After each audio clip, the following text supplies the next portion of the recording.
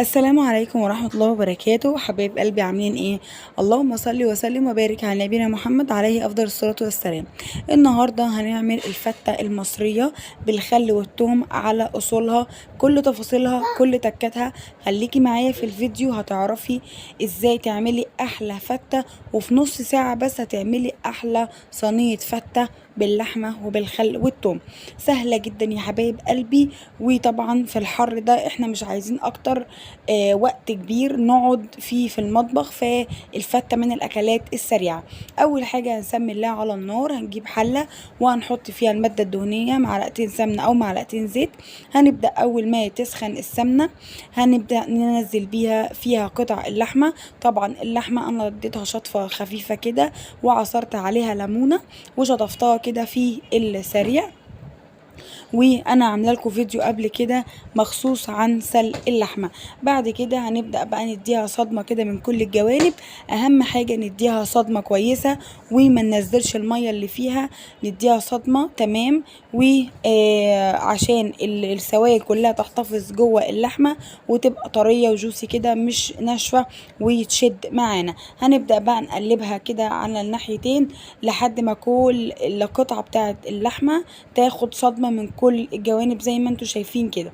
هبدأ بقى معايا هنا طماطمايه وبصلايه مقطعاهم 4 ارباع. وهنبدأ كمان نحط معايا البهارات بتاعة اللحمة، معايا فلفل اسود وبهارات وجنزبيل وورق لورا وحبهان ومستكة ورشة جوز الطيب بسيطة ممكن تستغنوا عنها. هنبدأ بقى نقلب الطماطم والبصل وكمان البهارات بتاعتنا مع اللحمة ونشوحها تشويحة حلوة جدا جدا. نبدأ بعد كده نزود المية السخنة، انا كنت مسخنة مية. هنبدأ ننزل عليها باللحمة ونغطي اللحمة وهتبقى زي الفل معانا. نخليها بقى تستوي براحتها خالص، مش هتعمل ريم ولا اي حاجة على النار. هنبدأ بقى ايه نقطع كده العيش. معايا العيش البلدي العادي خالص، هنقطعه كده مثلثات او مربعات. هنبدأ بقى بعد كده حطيت عليه معلقتين من السمنة وملح وفلفل وزقته في الفرن عشان يتحمص كده احسن من على النار. هبدأ بقى هنا نعمل الصلصة. هنبدأ حطيت معلقتين من السمنة المحترمين. أول ما قدحت معايا معلقة كبيرة من الثوم، هبدأ أحمرها لحد ما تديني اللون الذهبي الحلو. مش عايزاها تغمق يا حبايب قلبي عشان ما تمررش، هو ده اللون المطلوب، البني الخفيف قوي ده خالص. تمام. معايا كمان ربع كوباية من الخل حطيتها على التومة وهقلب كده، وهبدأ أنزل بيه شفشة إلا ربع من الطماطم. وهنبدأ نحيقها، نحط ملح وفلفل بس عليها. انا ما بحطش اي بهارات عليها الصلصة خالص، هي تطعيمتها الثوم مع الخل بتدي تطعيمة حلوة جدا جدا. هنبدأ بقى نسيبها تتسبك عادي خالص.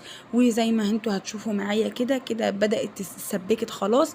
واول ما الدهون بتاعة السمنة تطلع على الوش احنا كده سبكنا التسبيكة بقت زي الفل. هنعمل بقى الرز. هنبدأ نحط برضو معلقتين من السمنة وفصين 3 مستكة، بيدي طعم للرز خرافة يا جماعة، حاجة في منتهى الجمال، حلوة قوي قوي، بتدي تطعيمة حلوة جدا للرز بتاع الفتة.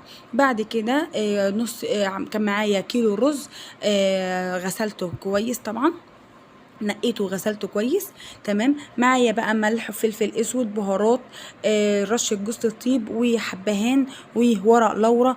دي البهارات بتاعه الرز يا جماعه، بيدي تطعيمه الحبهان مع ورق اللورا، بيدي تطعيمه فوق الروعه، جميله جدا جدا يا حبايب قلبي، وحاجات بسيطه جدا بتدينا تطعيمه في الاكل. بدات بقى بعد كده احط شوربه الفراخ واظبط التحقيق بتاع الرز. كان عايز ملح تاني، ظبطت له الملح بتاعه.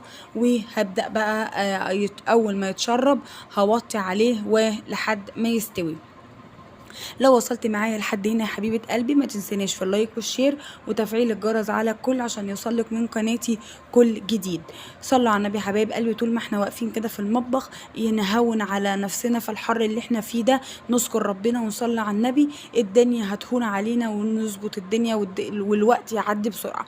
هنا بقى هحمر حته بقى سمنه بلدي حلوه كده، وهنحط فيها اللحمه تتحمر بعد ما اتسلقت، سنه ملح وفلفل، تطعيمه اللحمه بس عشان نحس بطعم اللحمه ده.